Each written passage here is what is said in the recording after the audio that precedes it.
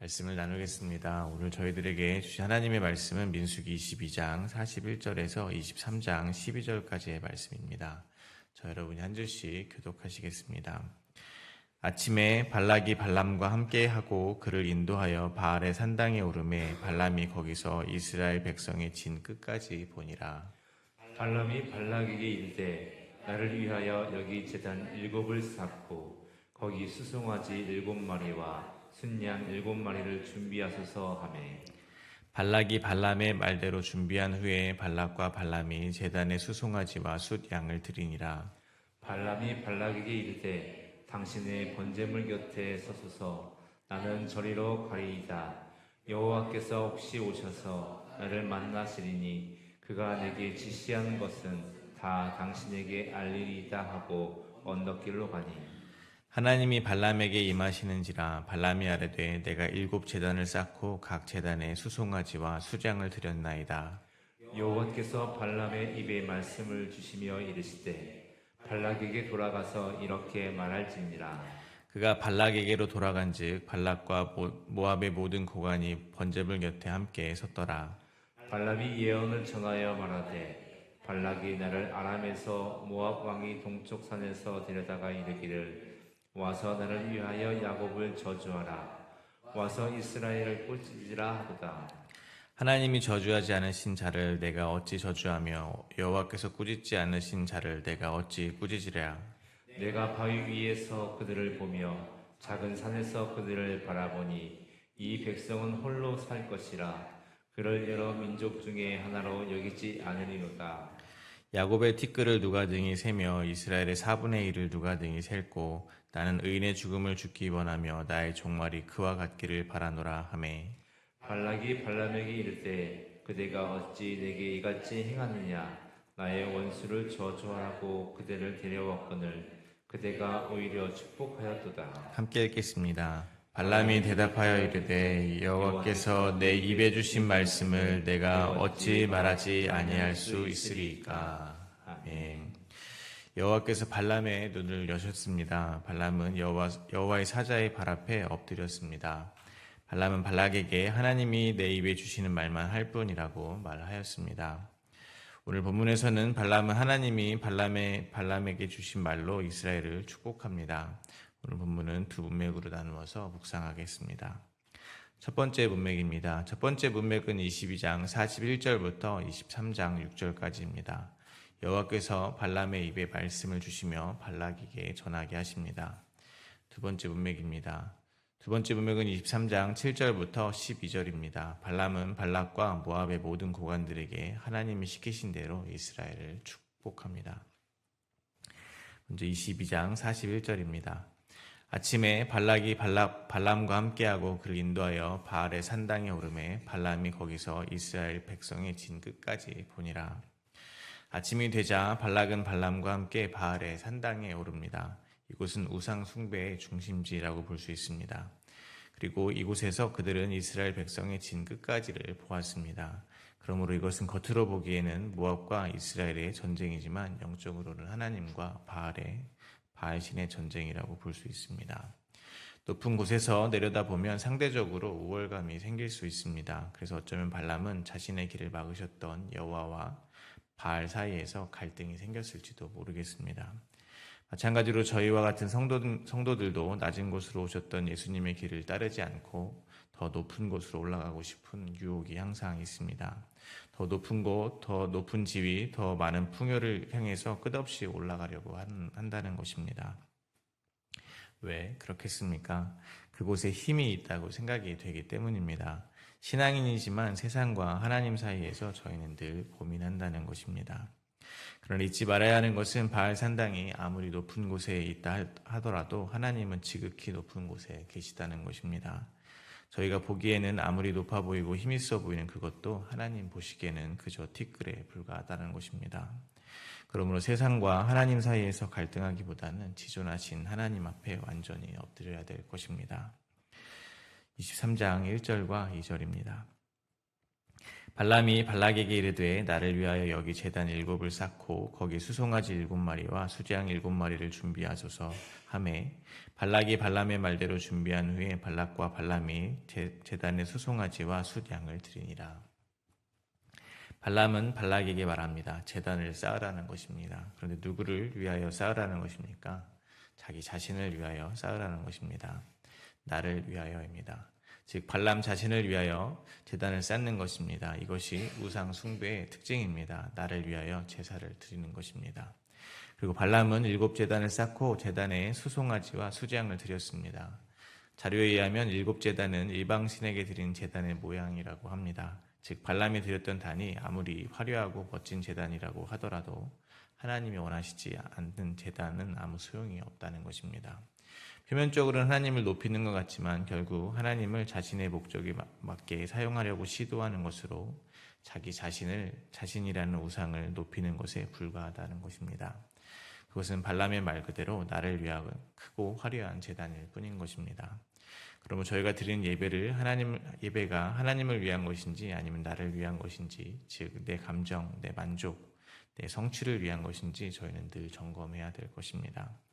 하나님이 원하시는 제사, 즉 예배는 화려함이 아니라 겸손하고 상한 심령이며 곧 진실한 순종임을 기억해야 할 것입니다. 이어서 3절부터 4절입니다.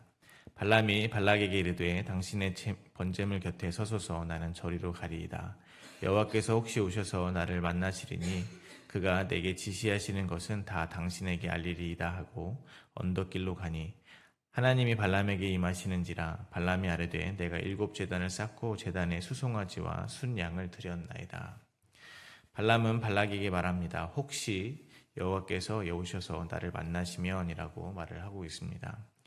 이 말은 발람의 마음속에는 자기의 노력 여하로 하나님을 부를 수도 있고 또 하나님의 뜻을 바꿀 수도 있다고 생각하는 것이 저희들에게 들키게 한다는 것입니다. 이를 통하여 저희는 다시 한번 저희가 드린 예배를 돌아보게 되기를 바랍니다. 저희도 혹시 하는 마음으로 지성이면 감천이라는 속담처럼 신앙생활을 하고 있지는 않습니까? 만약 그렇다면 저희는 저희의 정성으로 하나님의 뜻을 조종할 수 있다고 착각하는 것입니다. 그렇게 되면 예배는 그것이 아무리 화려하고 정성스럽다 하더라도 하나님의 뜻을 조종해서 결국 내 뜻을 이룬 데 사용하는 도구요 수단으로 전락시킨다는 것입니다. 그런데 이런 엉터리 제단으로 드리는 제사에 하나님이 임하시는 것입니다. 이것은 하나님께서 발람의 제사에 응답하시는 것이라고 볼 수는 없습니다. 그보다는 하나님께서 개입하셔서 이스라엘을 저주하려는 발람의 악한 의도를 막으려고 하시는 것입니다. 그래서 이스라엘을 보호하시기 위한 하나님의 주권적 행동이신 것입니다. 그러므로 하나님은 당신의 백성들을 악으로부터 지켜 보호하시는 사랑의 하나님입니다. 마찬가지로 하나님께서는 지금 이 순간에도 그리고 저희가 아무것도 모르고 있는 그러한 순간조차도 저희를 지키고 계실 것을 믿으시기 바랍니다. 그리고 발람은 임재하신 하나님께 내가 7제단을 쌓고 각 제단에 수송아지와 수장을 드렸다라고 말합니다. 저는 이것이 나를 위한 예배를 드리는 사람들의 특징이라고 생각합니다. 바로 자기 자랑입니다. 예수님도 심판의 날에 많은 사람들이 자신은 주의 이름으로 선지자 노릇했고 주의 이름으로 귀신을 쫓아냈고 주의 이름으로 권능을 행했다고 할 것이라고 했습니다. 그들의 말로 알 수 있는 것은 그들은 자신이 행한 일들을 모두 자랑스러운 자기의 업적으로 또 하나님이 기뻐하신 일로 여기고 있었다는 것입니다. 그러니까 영광과 영생과 영벌이 갈리오는 그 엄중한 심판의 자리에서 주님께 이렇게도 당당하게 이야기를 하는 것일 것입니다. 자기가 왜 심판을 받아야 하는지 도무지 이해를 하지 못하고 있는 것입니다. 그러나 예수님은 그들을 도무지 알지 못한다고 말씀하셨음을 저희는 기억해야 합니다. 그러므로 그들이 아무리 주의 이름으로 평생을 헌신하며 행했다고 주장하지만 사실은 그들은 자기의 이름을 위하여 행했던 것임이 폭로될 뿐이란 것입니다. 마찬가지로 저희들도 저희 신앙생활을 돌아보게 되기를 바랍니다. 내가 이룬 업적이 많이 기억나지 않게 되기를 바랍니다. 그보다는 죄인을 용서하시고 인도하신 주님의 긍휼하심과 주님의 은혜로우심이 고백되기를 간절히 소망합니다. 5절과 6절입니다. 여호와께서 발람의 입에 말씀을 주시며 이르시되 그가 발락에게로 돌아간즉 발락과 모든 모압의 모든 고관이 그 번제물 곁에 함께 섰더라. 여호와께서는 발람의 입에 말씀을 주십니다. 출애굽기에서는 여호와께서 모세에게 내가 내 입과 함께 있어 할 말을 가르쳐 주신다라고 하셨습니다. 그리고 예레미야를 부르실 때도 여호와께서 내 말을 예레미야 입에 두었다고 말씀해 주셨습니다. 이를 통해서 하나님의 말씀은 하나님께서 주권적으로 전하시는 것임을 저희는 다시 한번 깨닫습니다. 그리고 인간은 하나님의 말씀을 전하는 통로라는 것을 깨닫습니다. 이러한 말들이 저희들에게 소망이 되기를 바랍니다. 믿지 않는 가족들이나 친구들에게 복음을 전할 때, 자녀들에게 또한 복음을 가르칠 때 주님께서 저희에게 그 말씀을 저희의 입에 넣어주실 것이기 때문입니다. 마태복음에서 예수님도 제자들을 보내시며 이렇게 말씀하셨습니다. 말하는 이는 너희가 아니라 너희 속에 계신 성령 하나님이라 라고 말씀하셨습니다. 그러므로 복음을 전하고 하나님의 축복을 전하는 데 있어서 더욱더 담대하게 되시기를 바랍니다. 저 역시 개인적으로 이러한 구절이 소망으로 다가옵니다. 하나님의 말씀을 전함에 있어서 하나님이 사용하시고자 하시면 낙이든 탐심이 많은 발람이든 사용하실 수 있기 때문입니다. 심지어 누가복음에서는 돌들이 소리를 지르게 될 것이라고 하셨습니다. 그러므로 저 같은 사람도 하나님이 원하시면 사용하실 수 있음을 저는 믿습니다. 그런데 잊지 말아야 하는 것이 있다고 생각합니다. 저희가 하나님의 말씀의 통로로 사용될 때 반드시 저희 안에서 일어나야 되는 것이 있습니다. 그것은 저희가 완전히 비워지는 것입니다. 저희가 비워지지 않고, 즉 저희가 말씀을 이용하려고 하는 것이 아니라 저희의 뜻과 의지가 하나님의 말씀 앞에 완전히 지워져야 한다는 것입니다. 예를 들어 제가 지금과 같이 성도님들 앞에서 말씀을 전하는 목적이 만약 저의 성장이나 저의 성수, 또 제가 존경받고 제가 목사로 인정받기 위한 것이라면 저는 말씀의 도구가 아니라 말씀이 저의 도구가 된다는 것입니다. 그러므로 저희는 하나님의 말씀 앞에서 먼저 철저하게 비워져야 할 것입니다. 또 한 가지 깨닫게 되는 것은 발람의 경우처럼 하나님의 메신저가 되는 것과 하나님의 백성이 되는 것은 사실 아무 상관이 없다는 것입니다. 오늘 본문에서 알 수 있듯이 발람은 하나님이 주신 말씀을 아주 정확하게 전합니다. 마찬가지로 아무리 하나님의 말씀을 화려하고 능숙하게 전한다 할지라도 그 자체로 그가 구원받은 하나님의 백성이라는 증거가 되지는 않는다는 것입니다. 즉 어떤 사람이 성경 말씀을 달달 외우고 있다고 해서 또는 말씀을 아주 잘 전한다고 해서 그런 행위를 근거로 하나님의 백성, 즉 구원받을 수는 없다는 것입니다. 구원은 오직 하나님의 주권과 작정에 의해서 저희에게 선물로 주어지는 것임을 잊지 마시기 바랍니다. 저희가 잘 아는 말로 오직 예수님을 믿는 믿음으로만 구원받는 것임을 잊지 마시기 바랍니다. 두 번째 문맥입니다. 발람은 하나님께 받은 말씀을 전합니다. 7절과 8절입니다. 발람이 예언을 전하여 말하되 발락이 나를 아람에서 모압 왕이 동쪽 산에서 데려다가 이르기를 와서 나를 위하여 야곱을 저주하라. 와서 이스라엘을 꾸짖으라 하도다. 하나님이 저주하지 않으신 자를 내가 어찌 저주하며 여호와께서 꾸짖지 않으신 자를 내가 어찌 꾸짖으랴. 발락이 자신을 데려와서 야곱을 저주하라, 이스라엘을 꾸짖으라 했지만 발락이 데려와서 꾸짖으라 했지만 하나님이 저주하지 않는 자를 어찌 저주하며 여호와께서 꾸짖지 않으신 자를 어찌 꾸짖느냐고 말을 시작합니다. 이스라엘을 야곱이라 부르는 것은 이스라엘 백성이 하나님의 언약 공동체라는 정체성을 드러내 줍니다. 하나님은 아브라함과 이삭에게 주신 언약을 확장해서 야곱과 그의 후손들에게도 언약을 해주셨습니다. 즉 야곱과 그 후손들이 약속의 땅을 차지하고 많은 민족을 이루며 복을 받을 것이라는 약속을 해주신 것입니다. 그러므로 발락이 하나님이 축복하신 이 언약 백성을 저주하려고 하는 시도는 결코 이루어질 수 없는 것입니다. 하나님께서는 지금도 발람을 통하여 그 약속을 신실하게 지키고 계시는 것입니다. 그리고 하나님의 약속과 신실하심의 축복은 예수님을 믿는 저희 같은 성도들에게도 동일하게 이어지고 있는 것입니다. 하나님은 야복강에서 야곱의 이름을 이스라엘로 바꾸어 주셨습니다. 자기 중심적이고 자신이 원하는 것을 위해서 수단과 방법을 가리지 않던 야곱을 오히려 그 이름을 이스라엘이라는 새로운 이름, 변할 수 없는 정체성을 확인시켜 주신 것입니다. 마찬가지로 하나님께서는 저희를 축복하고 계십니다. 동이 서에서 본 것과 같이 저희의 죄가를 멀리 옮기시고 저희의 죄를 기억하지 않으신다고 하셨습니다. 저희는 모든 죄의 문제가 해결되었습니다. 그래서 하나님과 화평케 되었습니다. 그리고 이것은 깨어지지 않을 하나님의 약속입니다. 이 세상의 그 어떤 것도 하나님과 저희 사이를 더 이상 갈라놓을 수 없다는 것입니다. 하나님이 신실하게 지금도 그 모든 약속을 지키고 계심을 믿으시기를 바랍니다. 9절과 10절입니다. 내가 바위 위에서 그들을 보며 작은 산에서 그들을 바라보니 이 백성은 홀로 살 것이라. 그를 여러 민족 중에 하나로 여기지 아니하리로다. 야곱의 티끌을 누가 등이 세며 이스라엘의 4분의 1을 누가 등이 셀고 나는 의인의 죽음을 죽기 원하며 나의 종말이 그와 같기를 바라노라 하매. 발람은 여호와께서 주신 말씀대로 이스라엘 백성들을 축복하고 있습니다. 이 백성은 홀로 살 것이라는 것은 이스라엘 백성을 여러 민족 중에 하나로 여기지 않겠다는 것입니다. 특별하게 택한 민족이라는 뜻입니다.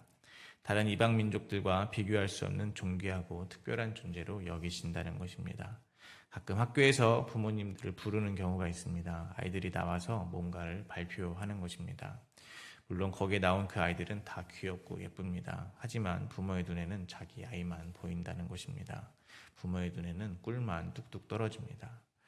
하나님께서 발람의 입을 들어서 지금 이스라엘 백성을 그렇게 존귀하게 사랑스럽게 여기고 계시다는 말씀을 해주시는 것입니다. 그리고 그 축복으로 지금 저희들을 축복하고 계시는 것입니다.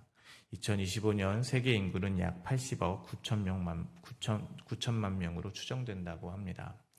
그 많은 사람 중에서 저희가 섞여 있어도 하나님 눈에는 오직 저희만 보이는 것입니다.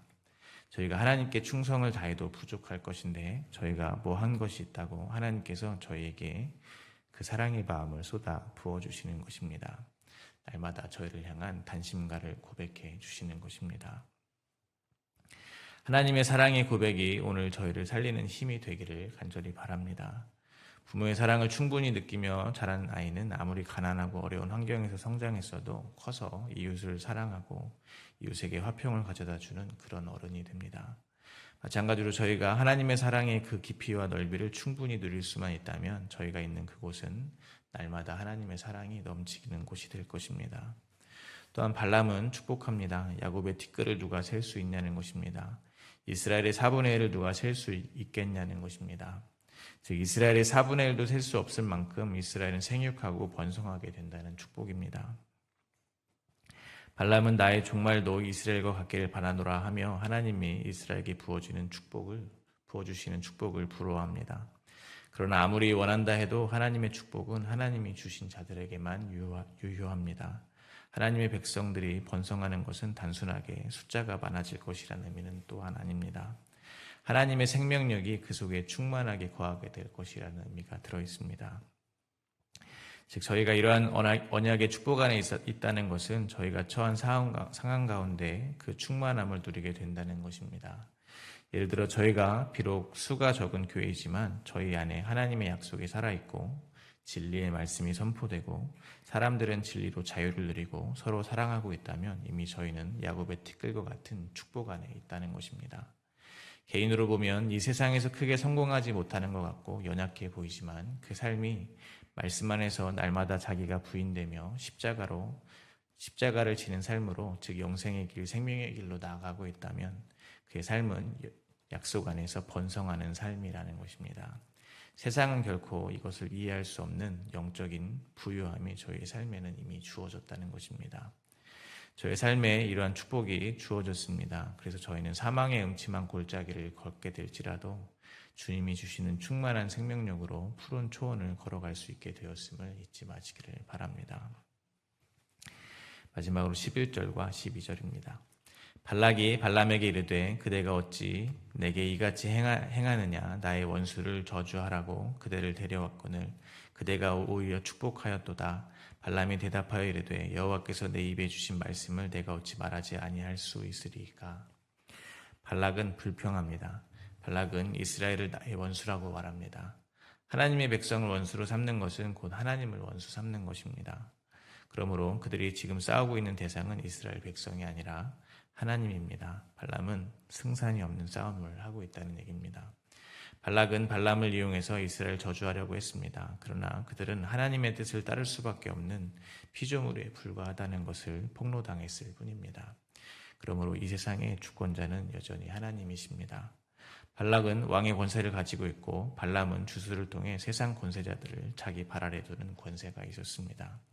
세상적 관점으로는 이 세상이 이러한 사람들의 뜻대로 흘러가는 것 같습니다. 그러나 그렇지 않다는 것입니다. 이 세상은 여전히 오직 하나님의 뜻대로 흘러가고 있습니다. 하나님의 때가 되면 이 세상은 안개처럼 사라질 것입니다. 그러므로 저희는 이 세상 권세자들을 두려워해서는 안 될 것입니다. 오직 하나님을 경외하며 살아야 될 것입니다. 또한 이 세상은 공중의 권세 잡은 자들이 다스리고 있습니다. 마귀입니다. 그들은 끊임없이 저희를 미혹합니다. 그리고 저희 안에 여전히 자리 잡은 죄성과 탐심이 그들의 활동할 틈을 여전히 벌려주고 있습니다. 그리고 그들은 저희를 저주합니다. 죄책감을 주고 정죄감 속에 살게 합니다. 서로 미워하게 합니다. 그러나 그럼에도 불구하고 그들은 저희의 털끝도 건드릴 수 없습니다. 하나님께서는 권능의 오른팔로 저희를 보호하고 계시기 때문입니다.